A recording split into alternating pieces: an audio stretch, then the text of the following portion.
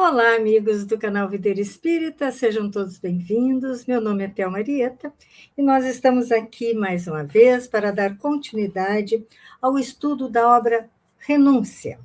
Renúncia é um romance trazido a nós pelo Espírito Emmanuel através da psicografia de Francisco Cândido Xavier. O estudo vai ao ar todas as terças-feiras, às 19h30, mas se você não puder estar no momento em que ele vai ao ar, é só buscar o canal Videira Espírita, encontrar as linhas de reprodução ou a playlist, e que você vai encontrar todos os episódios anteriores do estudo, como de outras obras, e mais toda a programação do canal Videira Espírita. Aguardamos você por lá. E para que possamos, então, trazer ambiência adequada ao nosso estudo, serenar o nosso pensamento, vamos ler uma página, uma mensagem, do livro Palavras de Vida Eterna, trazido a nós também por Emmanuel, através da psicografia de Francisco Cândido Xavier. A mensagem que leremos hoje é a mensagem 25, intitulada Ouvirás de certo. E Emmanuel destacou a passagem de Marcos, capítulo 15, versículo 30. Salva-te a ti mesmo e desce da cruz. E Emmanuel comenta: se te encontras realmente empenhado na execução do bem, ouvirás, de certo, as provocações do mal em todos os instantes do testemunho. Se em verdade vives à procura do Cristo, por que choras sobre o fardo das provações? De que te serve a fé para o caminho de tanta dor? Se és médium com tarefa na caridade, onde estão os espíritos protetores que te não aliviam as amarguras? Se guardas confiança em Jesus, mostra-te livre dos obstáculos. Se louvas o Espiritismo como doutrina de luz, por que te demoras na sombra das aflições? Registrarás interrogações como essas a cada passo. É necessário te reveles à altura do conhecimento superior com que a bondade divina te favorece, demonstrando que os princípios sublimes de sua fé não se movimentam na direção do conforto imediatista da carne, mas sim no rumo do burilamento espiritual, do aperfeiçoamento espiritual pelos tempos afora. Ensinarás com o teu exemplo que o Evangelho não é oficina de vantagens na experiência material, mas sim templo de trabalho redentor, para que venhamos a consertar nós mesmos diante da vida eterna. Farás da mediunidade instrumento para a lavoura do bem, ainda mesmo te custe imensuráveis sacrifícios, ajudando aos outros sem cogitar de auxílio a ti mesmo, como quem sabe que a lei do amor é o sustentáculo do universo, providenciando socorro natural a quem se consagra ao socorro dos semelhantes. Converterás o Espiritismo na tua senda em força educativa da alma, sem exigir que o mundo se te afeiçoe às conveniências. Buscarás a luz onde a luz se encontre. Desculparás toda ofensa. Elegerás na fraternidade a tua bandeira. Conjugarás o verbo servir onde estiveres. Começarás o trabalho de redenção em ti mesmo. Orarás por quem te fira ou calunie. Amarás os próprios adversários. Ajudarás sem exigência. Contudo, para o exercício de semelhante apostolado, não passará sobre a terra sem o assédio da incompreensão e do escárnio, porque o próprio Cristo foi por eles visado, através daqueles que, lhe rodeando o madeiro de sacrifício, lhe gritavam zombeteiros e irônicos: salva-te a ti mesmo e desce da cruz. Vamos orar?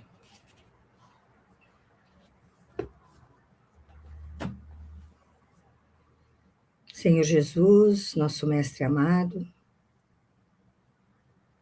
aqui estamos, Senhor, mais uma vez, para nos aprofundarmos na leitura do livro Renúncia. Agradecemos, Senhor, a oportunidade de estudo, porque ela nos traz crescimento. Ela nos traz lições e que nós possamos percebê-las para trazê-las para a nossa vida diária. Obrigado, Senhor, por tua presença constante entre nós. Obrigado pela disponibilidade também de nosso anjo guardião, que com certeza nos ajuda a compreender as lições, a percebê-las e a interiorizá-las. Que possamos todos estar em sintonia, para que possamos tirar o melhor proveito do encontro de hoje. Se conosco, amado Mestre, hoje e sempre, graças a Deus. Então, amigos queridos, é isso. Vamos dar continuidade ao nosso estudo, fazendo, de princípio, um breve retrocesso, né, ao estudo anterior, para nos situarmos na história. Então, na semana passada, nós vimos que, após as explicações de Alcione, Jacques se manteve pensativo e Susana confessou se sentir pecadora e muito tocada. Alcione trouxe ainda mais esclarecimentos e Susana os achou muito consoladores. Então, é o momento, né, de que ela traz as explicações e fala sobre o Evangelho no lar, né, sobre o culto, né, a leitura do Evangelho. Então, todos os esclarecimentos que Alcione trouxe tocaram profundamente em Susana. E tantas foram as palavras de Alcione que Susana percebeu a sua própria moléstia espiritual. Ela conseguiu perceber como ela era doente espiritualmente falando, né? Jacques quis saber como era feito o evangelho em sua casa na Espanha. E todos ficaram maravilhados com as palavras e considerações ditas e feitas por Alcione, né? E ao perguntar, deixa eu ver aqui as minhas anotações, vamos seguir aqui. E ao perguntar qual o método adotado por eles para a leitura do Evangelho, Jacques a informou que liam de 5 a 10 versículos a cada reunião. E ela, muito delicadamente, né, ao que ele disse que eles estavam lendo a segunda carta de Paulo a Timóteo, Alcione então explicou como sua família fazia, né, para mostrar a eles a diferença entre o que eles praticavam e o que a família dela praticava. E disse que, às vezes, muitas vezes, a maioria das vezes, um único versículo podia render assunto para uma única reunião. E para exemplificar, então, já que eles estudavam, né, estavam lendo a segunda carta de Paulo a Timóteo, ela os fez comentar o versículo 11. Eles dizem que estavam no versículo 10, né? Então, que ela leu o versículo 11 e pediu que eles fizessem um comentário, né, a sua interpretação daquilo. E todos eles puderam refletir e dar sua interpretação sobre aquele versículo. E Alcione aprofundou ainda mais tudo aquilo que eles disseram, né? E foi a fundo nas palavras do apóstolo Paulo, né? Cirilo ficou encantado. E isso deixou Alcione muito feliz, porque afinal ela sabia, era ali, diante dela, era o pai, que estava ali se transformando com a ajuda dela, né? Então ela estava muito feliz. E Jacques, por sua vez, quis saber, então, se aquela maneira de estudo era comum, na Espanha. E ela explicou que não, que aquilo era um método ensinado, trazido a ela e a família, né, pelo seu tutor, pelo padre Damiano. E que ele havia sido ameaçado pelo Santo Ofício 2 vezes, né? Lembrando que eles estavam na Inquisição, né? E todos então se indignaram com a igreja. Como que a igreja podia fazer uma coisa dessas, né? Mas Alcione, botando panos quentes, porque ela é sempre assim, ela é Alcione, né? Ela jamais jogaria, aproveitaria a oportunidade para dizer que a igreja estivesse errada, mas ela explica que eram os maus padres que não conheciam, né, que não compreendiam o cristianismo da maneira correta, que, que faziam aquilo tudo, que erravam, e não a igreja. Né? A igreja tinha tudo já determinado, mas os maus padres levavam a coisa para outro lado, né, e faziam as coisas erradas. E depois, então, ela esclareceu a todos, né? Quando perguntada pelo padre Damiano, ela esclareceu que ele estava à morte, infelizmente, que a notícia entristeceu a todos. E ela, então, encerrou o culto doméstico com um agradecimento a Deus. E a família, então, ficou com singulares impressões, e nós fizemos aí a pausa do nosso estudo, no último parágrafo da página 272, para quem tem essa edição. Desculpem, essa edição do romance. Então, o último parágrafo da página 272. E daqui nós vamos partir para o nosso estudo. Vamos lá.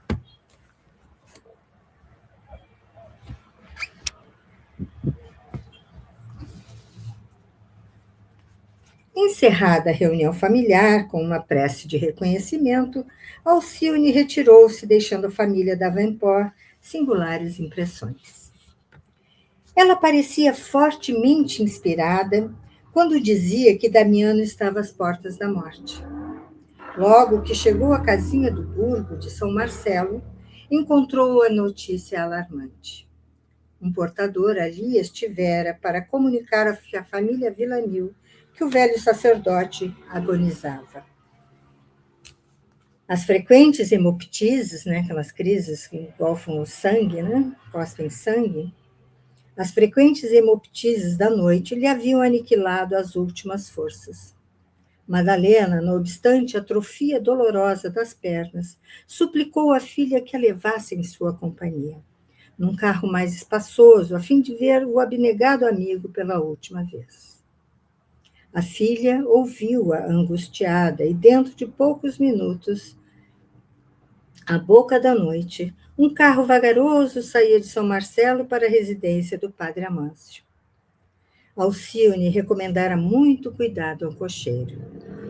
Todo cuidado com a mãe, né, para que a mãe não se machucasse, não piorasse a sua situação. Né, mas era justo que ela quisesse realmente ver o padre Damiano. Né. Chegando ao destino, Madalena Villamil conseguiu descer com grande sacrifício.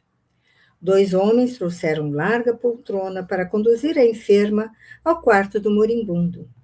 Alcione auxiliava o transporte da genitora com infinito carinho. Lá chegadas, o agonizante pareceu reanimar-se. Robbie e a irmã adotiva aproximaram-se respeitosos e pediram-lhe a bênção, enquanto a senhora Villamil, pedindo que a poltrona fosse deposta à cabeceira do moribundo, tomou-lhe a destra, muito pálida, em confortadora saudação fraternal. Damiano tinha os olhos profundamente lúcidos e brilhantes, mas na feição cadavérica pairava uma expressão de agonia dolorosa. Que é isso, padre? Murmurou acabrunhada. Ele fixou nela o olhar enternecido e respondeu, com voz quase sussurrante. A moléstia incurável, Madalena, é um escoadouro bendito de nossas imperfeições. Aqui nós vamos, com certeza, ver alguma lição, né? Padre Damiano começando a falar sobre essa moléstia incurável e o que ela pode trazer de positivo.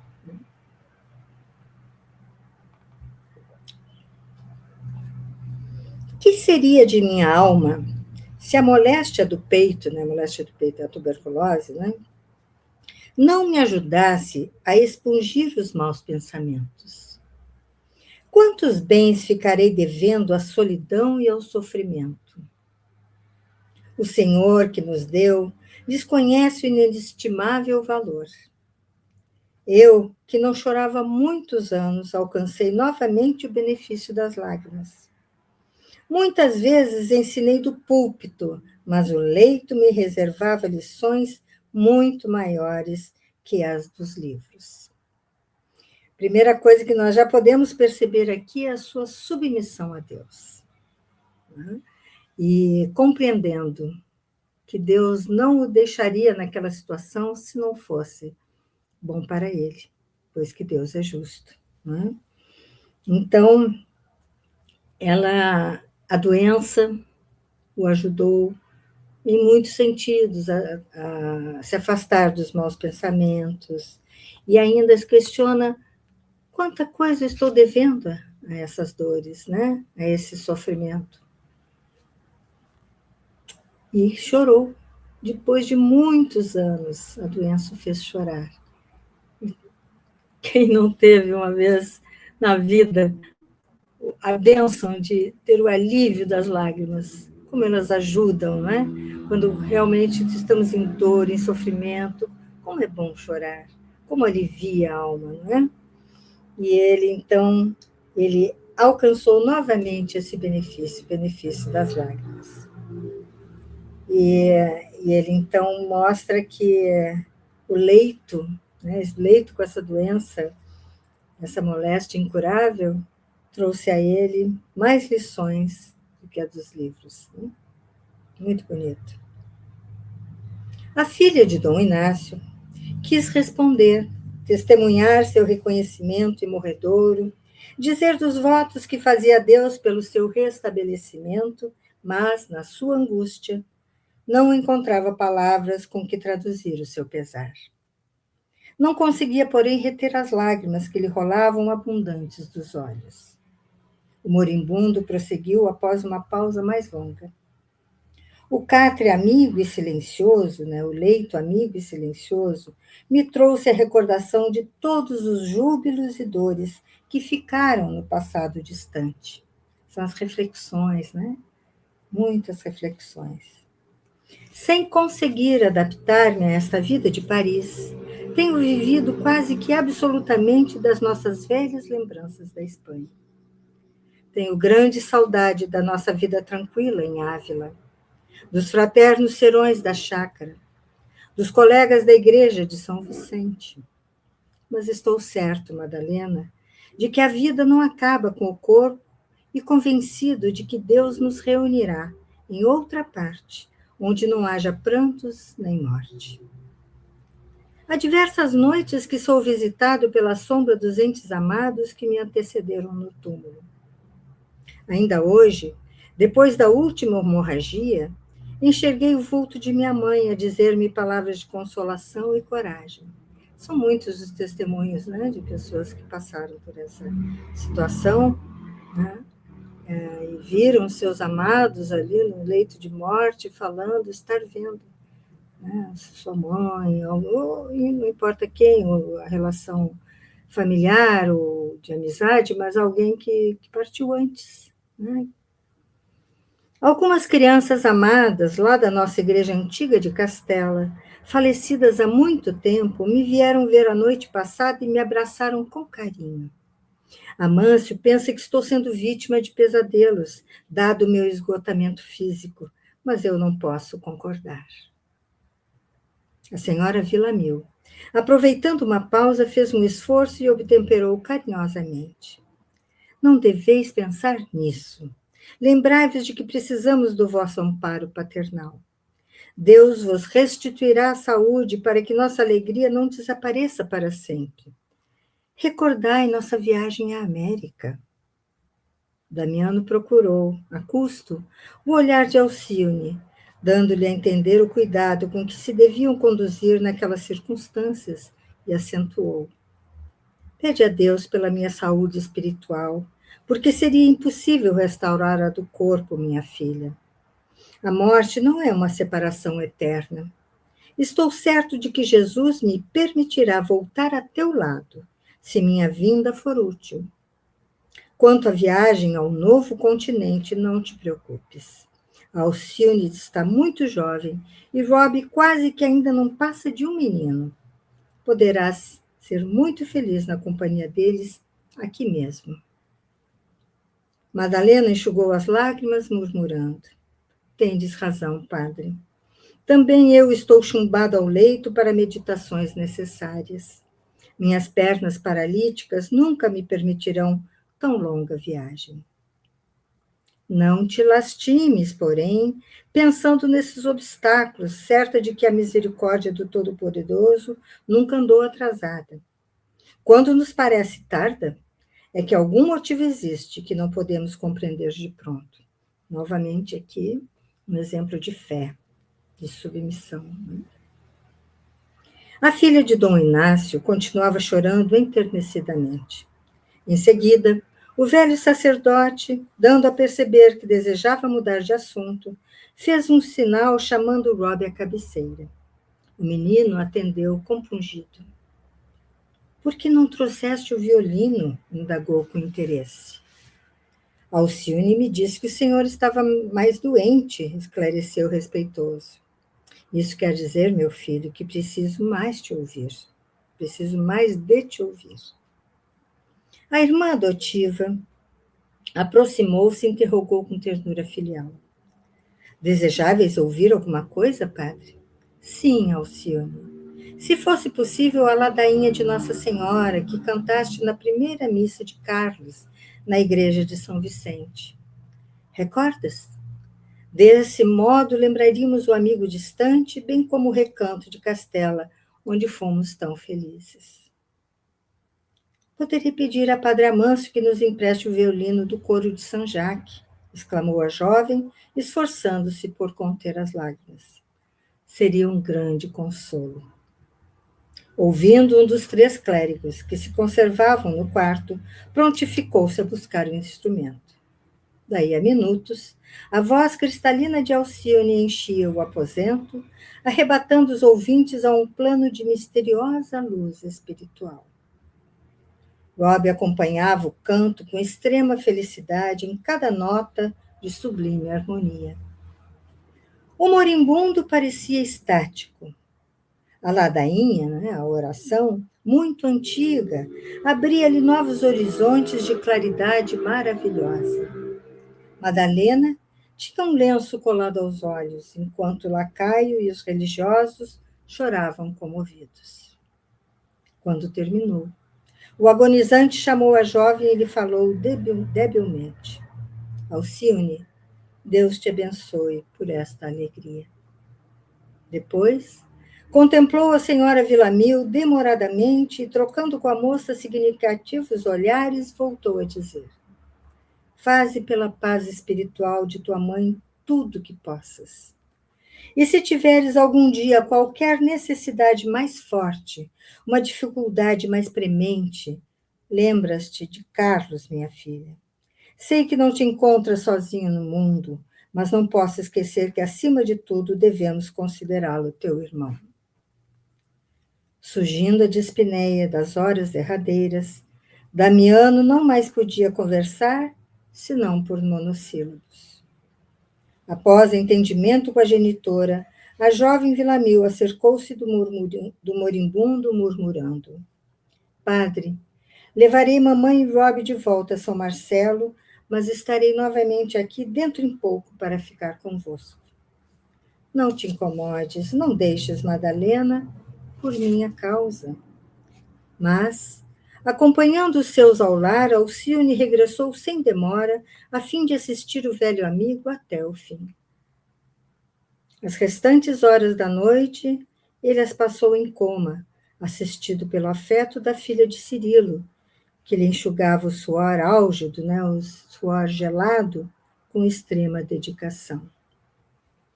Quando a aurora se fazia anunciar em clarões muito rubros, o velho Damiano verteu a última lágrima e entregou a alma ao Criador. Um emissário chegava pela manhã ao palacete da Cité, entregando uma carta da governanta de Beatriz endereçada a Susana, em cujas linhas explicava a sua ausência ao trabalho.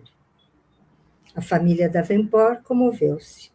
À tarde, uma carruagem elegante parava à porta do presbitério de Saint-Jacques do Passo Alto. Dela desceram Jacques e Cirilo, que iam prestar afetuosa homenagem ao morto. Impressionados com o abatimento da jovem, ambos se desdobraram em gentilezas e expressões confortadoras. Cirilo procurou o padre Amâncio e fez questão de pagar das despesas do enterramento, acrescentando generosa dádiva destinada ao lacaio que servira ao tutor de Alcione. A jovem agradeceu com lágrimas. Depois de uma hora consoladora, despediram-se atenciosos. Ao crepúsculo, a filha de Madalena assistiu ao modesto funeral de coração confrangido. Por muito tempo, deixou-se ficar na silenciosa mansão dos mortos, em prece comovedora ao Altíssimo. Só tarde da noite, passos vacilantes, regressou ao lar, experimentando indefinível amargura. Então, foi a despedida de seres que se amam, né? Que se amavam, e é sempre muito triste dizer adeus, né? Mas, com certeza, o fato de que eles sabiam que se encontrariam um dia, isso tudo foi amenizando a dor, né? Da separação. E aqui, então, encerramos o terceiro capítulo. E vamos começar o quarto capítulo, intitulado Reencontro. Um ano depois da morte de Damiano, houve na casa humilde do Burgo de São Marcelo grande e desconcertante surpresa. Orientado pela paróquia de São Jacques, Carlos Clenaghan, lembram de Carlos, né? O sobrinho de Damiano, a encarnação de Pólux, né? O grande amor de Alcione. Então, orientado pela paróquia de São Jacques, Carlos Clenaghan, ansioso e comovido, bate à porta de Madalena Villamil. Nos primeiros meses que seguiram a morte do tio, resolvera abandonar a batina, apesar do ressentimento dos colegas. Então, por fim, ele fez o que ele queria fazer desde o início, abandonar a batina. Jamais pudera esquecer Alcione, jamais conseguira manter um equilíbrio entre o dever e os impulsos da mocidade. Enquanto recebia as longas cartas de Damiano, a palavra amorosa do tutor lhe sofreava as preocupações tormentosas, mas, tão logo se viu sem o preservativo dos seus conselhos, entrou a meditar resoluto na mudança da situação. Anelava um lar ardente, tudo que ele queria. Não? Jamais renunciaria à afeição de Alcione. Não conseguia sopitar, né, abrandar o desejo de ser pai e esposo feliz. Ele tinha esse sonho, né, esse desejo, tudo que ele queria era formar um lar com Alcione como sua esposa. Né? Após algumas lutas em Ávila, desprezar o apelo dos superiores hierárquicos e, sem dar qualquer satisfação do feito aos parentes irlandeses, desligara-se do voto sacerdotal, cheio de esperança no futuro. Então, ele tomou essa atitude, já pensando em chegar, encontrar Alcione e casar com ela. Seu primeiro cuidado foi correr a Paris, por buscar a noiva amada. Ele já considerava Alcione como sua noiva. Não era nem mais só aquela a quem ele amava, mas era a noiva. Lembrando, né, que ele, no início do livro, ele está com ele como Pólux, né? Ele em espírito, ele como Pólux, está com outro sacerdote, com Menandro, né? E eles falam sobre a questão da reencarnação e tal. E ali fica evidente que ele falhou como sacerdote, né? E então, essa é uma tentativa, uma nova tentativa. E essa tentativa veio ainda com a presença de Alcinde junto a ele, para que ele tivesse a presença dela o fortalecendo, fazendo com que ele cumprisse, que ele vencesse, né, os seus enganos, mas não, ele está caindo no mesmo engano, né? Está deixando a sua prova para trás, né? Vamos ver como isso vai se dar. Como o receberia ela? Conhecia-lhe a pureza dos princípios e a formosura do caráter cristão. Suspeitava que lhe não sancionaria a decisão, atento o conceito que fazia da fé, mas faria o possível por demonstrar-lhe o seu amor imenso, convencê-la-ia com instâncias afetuosas, né, com insistências afetuosas, tanto mais quanto ela agora já não poderia contar com a assistência paternal de Damiano, que a morte arrebatara, e no lar, pelas notícias que recebia frequentemente em Castela Velha, arcava com muitas dificuldades em vista da moléstia incurável da genitora. Talvez os trabalhos do mundo lhe houvessem modificado a opinião relativamente ao enlace para uma vida tranquila e risonha. Os sonhos, ele tinha realmente nos seus sonhos, na sua cabeça, tudo muito desenhado, como ela estaria, né, a dor de ver a mãe naquela situação, tudo isso, com certeza, a transformaria e haveria de fazer ela mudar de seu posicionamento, né, de ideia, né? Talvez os trabalhos do mundo lhe houvessem modificado a opinião relativamente ao enlace para uma vida tranquila e risonha. Oferecer-lhe-ia o braço protetor, voltariam à Espanha, onde pretendia continuar em Ávila ou Valladolid, outra cidade espanhola, né? Dedicando-se ao comércio. Ébrio de esperanças, né? Embriagado de esperança, ele está em outro estado, né, mental, assim, ele está embriagado mesmo, de esperanças. Clenaghan erguia castelos maravilhosos na mente exaltada. Ele estava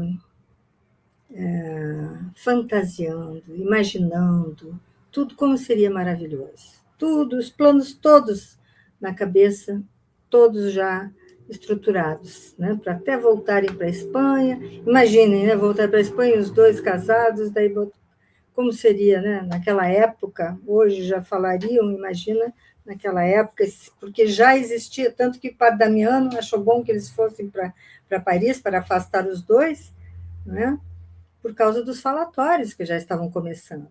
Né? Então, isso aí viria a confirmar, né, os falatórios daquela época. Seria bem difícil para Alcione viver ali, não é? Edificariam um lar venturoso, Madalena Villamil seria também uma segunda mãe, aprimorariam a educação de Robbie e teriam filhinhos amados. Impossível, era a forma que ele vê, impossível que ela relutasse, quando não desejava senão a suprema felicidade de ambos diante de Deus e dos homens. Como? Não tinha a menor chance de Alcione discordar dele, né? Enlevado nesses sublimes projetos, esperou que alguém viesse atender à porta. Depois de alguns instantes de espera, em que o coração lhe palpitava descompassado, surgiu a figura de Robbie, que lhe caiu nos braços afetuosamente. Conduzido ao interior, foi enorme a alegria da filha de Dom Inácio ao receber as carinhosas saudações do amigo, e não menor a surpresa quando ele falou da sua renúncia eclesiástica.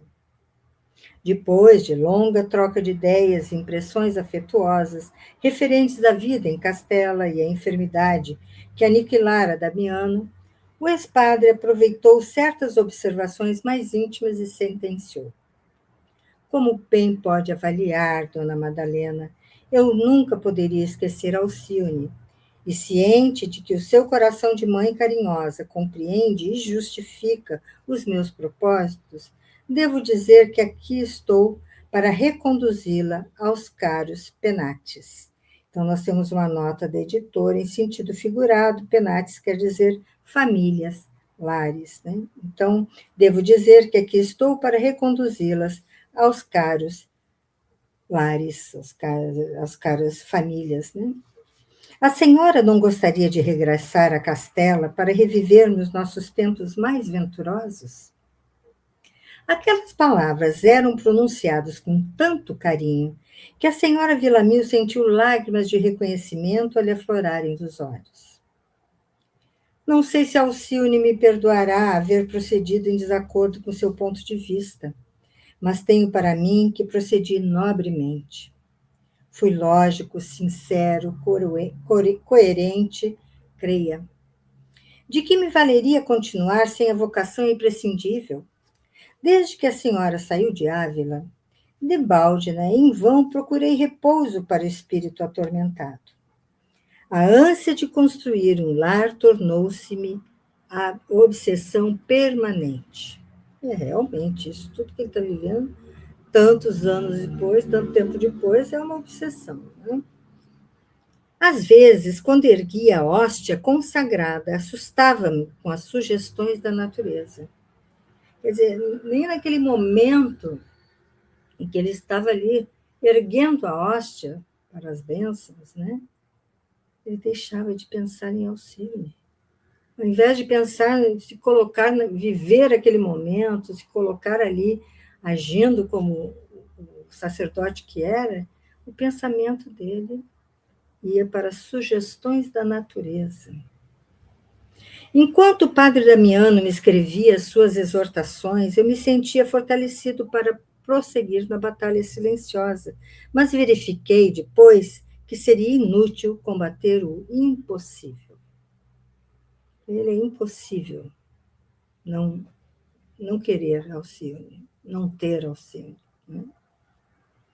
A pobre enferma recebia a confissão com tristeza inexplicável, e tendo o rapaz notado que o coração maternal se encontrava embaraçado para responder, prosseguiu. Se lhe for possível, ajude-me neste passo. Quem sabe recuperará a saúde regressando comigo? Se lhe prover, poderemos residir nas cercanias de Ávila. Organizaremos uma chácara como aquela onde a senhora viveu longos anos e que está sempre em suas recordações.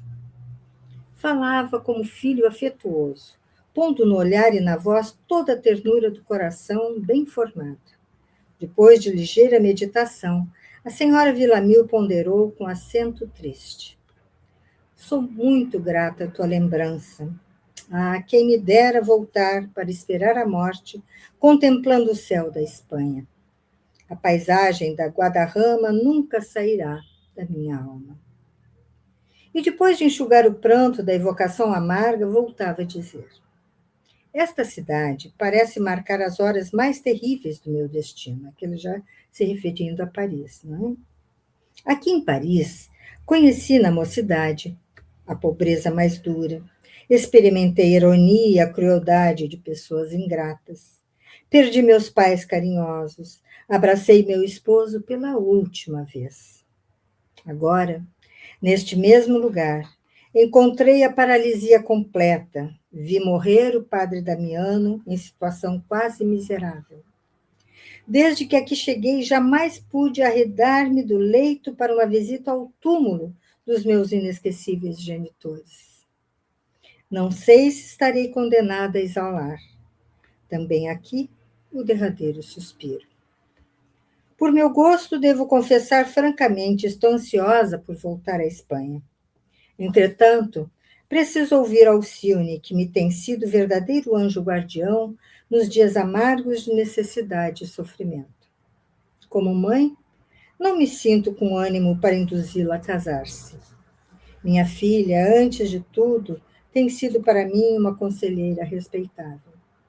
Não seria justo obrigá-la a aceitar minhas ideias, mas podes crer que eu receberia o assentimento dela com o maior contentamento. Voltei à França no propósito de conseguir recursos para demandar as plagas americanas. Mas logo que o padre Damiano apresentou os primeiros sintomas da enfermidade do peito, perdi as esperanças.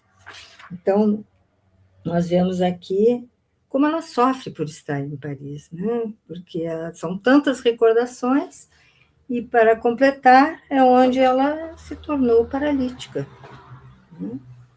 E a ponto de não poder sequer visitar o túmulo de seus pais, sem sequer imaginar que iria encontrar o túmulo dela, né? E ela, então, também não se opõe caso a filha concorde. Ela vai ficar muito feliz, porque ela gosta de Carlos, né? E sabe que eles se amam. Então, mas ela jamais interferiria. E se pudesse voltar à Espanha, seria ótimo. Se não, ela não faria nada, porque a filha faz tudo por ela, né? Flanagan estava mais esperançado. Sentia-se plenamente garantido no tocante às concessões maternas. O sincero desabafo de Madalena encorajava-lhe as pretensões. A pobre senhora, extremamente abatida, inspirava-lhe simpatia e enternecimento filiais. Tal qual acontecera à genitora, a filha de Dom Inácio viu chegar, devagarinho, o mal do coração. Porque a mãe dela teve problema do coração. Então, ela começou a reconhecer nela aquilo que ela via na mãe, quando ela cuidava da mãe, né, de Dona Margarida. Suas noites estavam agora povoadas de aflições repetidas. Além das pernas inchadas pela continuidade da mesma posição no leito, sentia-se presa de outros sintomas alarmantes. Debalde, né, em vão, Alcione e Luísa preparavam tisanas, né, remédios, né, e aplicavam fomentações em cansativas vigílias. A senhora Villamil piorava sempre. Esse motivo pelo qual as observações de Carlos lhe falavam tão fortemente ao coração. Então, aqui o que nós vemos, os sintomas de Madalena, é tudo que o médico que a visitou falou para Alcione, né, que ia acontecer. Pois bem, acrescentou o sobrinho de Damiano, mais animado. Deus há de permitir que a senhora encontre a meu lado a tranquilidade merecida. Alcione decidirá, acentuou a enferma resignada. Até que minha filha se pronuncia, nada poderei dizer em caráter definitivo. A conversação continuou afetuosa, permanecendo Flanagan em São Marcelo, à espera de Alcione, que regressava habitualmente à noitinha. Mal começavam a brilhar no céu os primeiros astros, a filha de Cirilo voltou da sua faina diária. A surpresa foi demasiado chocante para sua alma sensível. Cumprimentou o rapaz muito pálida, na atitude de íntima e penosa expectativa. Naquela hora, o pupilo de Damiano, entestando com a sua superioridade, né, frente a frente, né, entestando frente a frente, cara a cara, com a sua superioridade moral, sentia-se acovardado para as explicações indispensáveis. Então, o que nós vemos aqui? Ele se acovardou em dar suas explicações. Diante de Madalena, ele falou tudo o que pensava, tudo o que queria, os seus planos, né? Falou abertamente. Agora, já diante de Alcione, a coisa mudou, né? Uma superioridade moral. E já teve o impacto, já viu que não seria fácil, né, expor suas intenções a Alcione. A princípio, a moça julgou que ele tivesse vindo a Paris não só no intuito de visitar o sepulcro do tio querido, prestando-lhe a derradeira homenagem, e valendo-se de alguma autorização especial para levar a efeito tão longa excursão, sem a batina comum. Então, ela achou que ele estava sem batina porque ele teve alguma autorização, né, para essa viagem. Né? Mas em breves minutos, Carlos, não sem eleio, né, não sem eleio, sem dar voltas, ele foi muito direto, notificava-lhe a verdade. Estupefata, Alcione indagou: como pudestes cometer semelhante desvario? O rapaz, algo confuso, tentava esclarecer. Supus que seria melhor assim. Era impossível continuar. O coração inquieto, desde que vieste, nunca me permitiu reaver a paz interior. Pedi a Deus, pedi a Deus me inspirasse a melhor solução. Supliquei ardentemente do céu um recurso, até que o propósito de renunciar ao compromisso eclesiástico de todo me empolgou. No íntimo, a filha de Cirilo estava profundamente comovida com aquela espontânea confissão de fraqueza, mas, certa de que o dever espiritual deve ser cumprido até o fim, alcançou energias para observar. Quer dizer, ela em sofrimento, né? Ela sofre, né? Porque ela o ama, né? Ela tem que lutar contra esses sentimentos não é? Ela não é feita de ferro, ela é um espírito superior a nós, a todos nós, é superior a ele, mas ela está na carne, né? Olha o que ela diz para ele. Pediste, mas não oraste. Então vamos lá, ele pedia a Deus me esperasse a melhor solução. Supliquei ardentemente do céu um recurso, até que o propósito de renunciar ao compromisso eclesiástico de todo me empolgou. Então, pediste, mas não oraste. Pediu a Deus, mas não orou. Como te sentiste forte para esquecer as obrigações assumidas, sem considerar a questão do proveito próprio? Será isso a renúncia cristã? Não creio. Declaras que imploraste uma inspiração do céu e resolveste o problema distanciando-te do compromisso. Mas eu não posso admitir, em nenhuma hipótese, que Deus nos dispense dos seus trabalhos.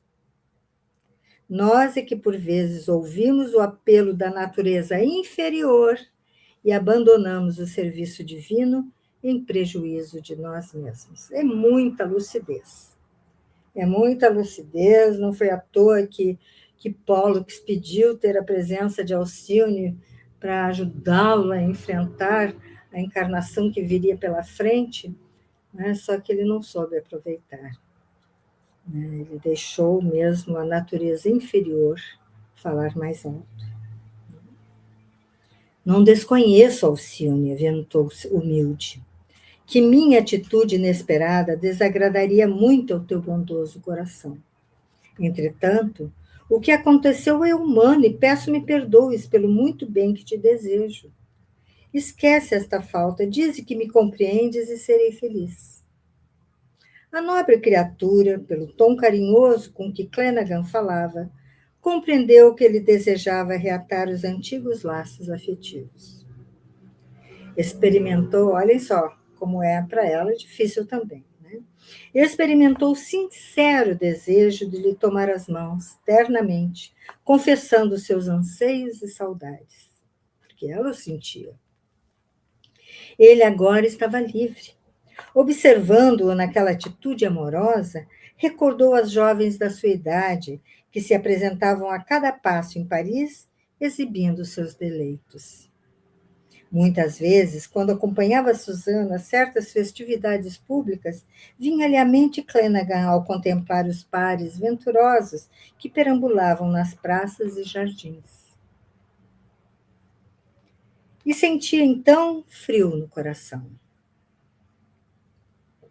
A própria Beatriz, aos 15 anos, começava a receber as visitas afetuosas do noivo.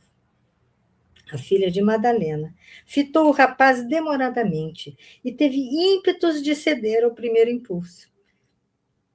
Mas a consciência lhe dizia que resistisse, que era indispensável atender a Deus acima de quaisquer contingências mundanas e que ainda não havia cumprido todos os deveres para que pudesse pensar na sua felicidade pessoal. Olha o compromisso, a consciência de compromisso assumido que a Alcione tem. Então, ela tem primeiro atender a todos, porque lembram, ela quando foi falar de sua intenção, que foi pedir para reencarnar na Terra, ela disse que cuidaria, né, ajudaria Pollux, mas também a tantos outros que estavam ainda na Terra, seus afetos, e que ela precisava ajudá-los. Então, a missão dela aqui era essa, né? E já vemos aqui, mais uma vez, uma razão por esse título renúncia, né? Porque ela vinha e, em nome dessas tarefas, dessas missões, ela tinha que renunciar a esse amor. Enquanto não estivessem todos, né? Agora ela se vê na casa do pai, né? Com Suzana, aquela que desgraçou, né, a vida de sua mãe, que cometeu crimes, né? E ali servindo e aprendendo, mais uma vez, a amar o próximo, a cuidar do próximo. E então ela tem essa tarefa ainda a cumprir, né? Tem a mãe para cuidar, tem Bob, né, que nós sabemos se tratar de Antero, né, cúmplice de Suzana. Então, ela é muito lúcida. E ela não vai abrir mão enquanto ela tiver tarefa a cumprir, né, missão, ela não se permitirá cuidar dela mesma, de seus sonhos, né, de realizar esse amor que se tornou impossível, porque ela sabe que é, né? Então, ela primeiro tem que quitar a sua missão, fazer aquela, dever cumprido, agora posso cuidar de mim. Então, ela tem muita claridade neste assunto, para só então poder pensar na sua felicidade pessoal. Muito sensibilizada pela atitude humilde, penitencial do bem-amado, retrucou: não me suponhas capaz de condenar-te por coisa alguma desta vida. Apenas lamento o que sucedeu, porque é razoável te desejo no caminho da fidelidade a Jesus até o fim. Sinceramente embaraçado, o ex-eclesiástico não sabia como reatar a explanação dos seus projetos. Ficou sem palavras, né? A senhora Villamil, no entanto, acudiu a socorrê-lo, advertindo: Carlos, minha filha, faculta-nos ensejo de regressarmos à Espanha. Sim, prosseguiu o rapaz, agora estou liberto e apto para reorganizar a vida, mas nada quero fazer sem te ouvir. Desde que nos vimos, compreendi que Deus não me poderia destinar outro coração feminino além do teu. Tomo, portanto, tua mãe como testemunha da minha afeição pura e devo dizer que vim a Paris só para buscar-te. Estou certo de que acreditas no meu devotamento e de que nos uniremos para sempre, eternamente felizes, sob as bênçãos de Deus. A jovem contemplou o ofegante e, como se sentisse senhora das mais difíceis de toda a sua vida, implorou a inspiração de Jesus e silabou: é impossível. Ela buscou Jesus na hora. Clenaghan empalidecera. Adivinhava nos olhos da escolhida que a sentença não lhe provinha do coração.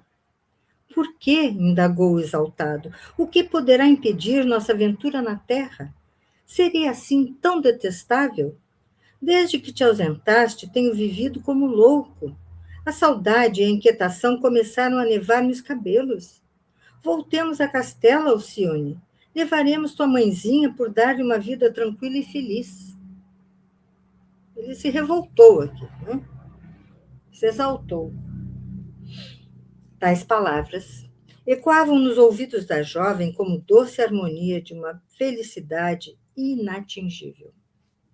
Contemplou a genitora, que parecia aguardar sua decisão ansiosamente, mas recordou também o palacete da Cité, onde seu pai não era menos doente da alma, arrostando absconsos aqui, ocultos, né? Então, arrostando ocultos pesares. Lembrou as reuniões evangélicas em que Cirilo da Vempor ouvia as lições de Jesus e as suas explicações como se estivesse a receber suaves mensagens do céu. Considerou as transformações de Susana, a mudança de Beatriz, o enternecido carinho do velho Jacques. Seu coração estava sufocado. Fitou o escolhido, longamente esclareceu em voz pausada. Não posso, Carlos. A felicidade tem base no dever cumprido. Ainda não terminei minha tarefa de filha, como queres que assuma novas obrigações? Isto ela o dizia desfeita em lágrimas.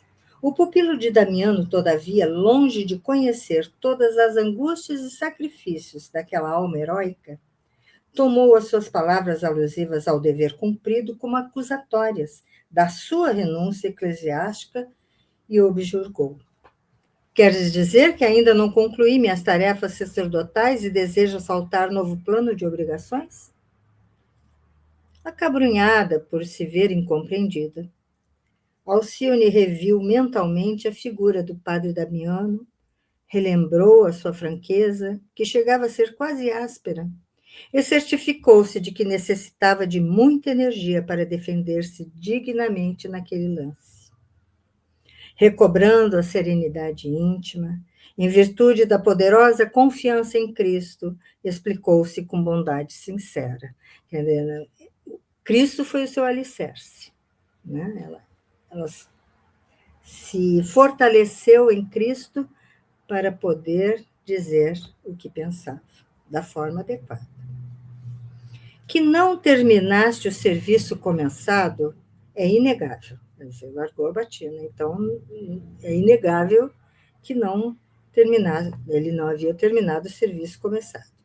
Que não terminaste o serviço começado é inegável, mas semelhante circunstância, Carlos, já entrou no domínio de minha compreensão.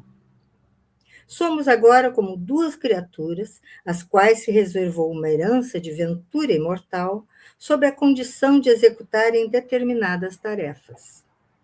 Infelizmente, não pudeste chegar à conclusão da tua. Toda vez que fugimos ao desígnio sagrado de Deus, erramos no labirinto da indecisão e da amargura. Não te doerá o coração arrebatar-me aos deveres que o Pai me destinou? Consideras então o amor como coisa tão frágil que se despedace num momento, apenas porque não nos foi dada a satisfação passageira de um capricho sentimental? Onde colocas a divina união das almas? Nossa concepção deve ir muito além da alucinada impressão dos sentidos. O sobrinho de Damiano e a enferma ouvia-no profundamente admirados. Alcione fizera-se de uma palidez transfiguradora, parecendo aurir as palavras em fonte estranha à esfera material. Ela estava inspirada.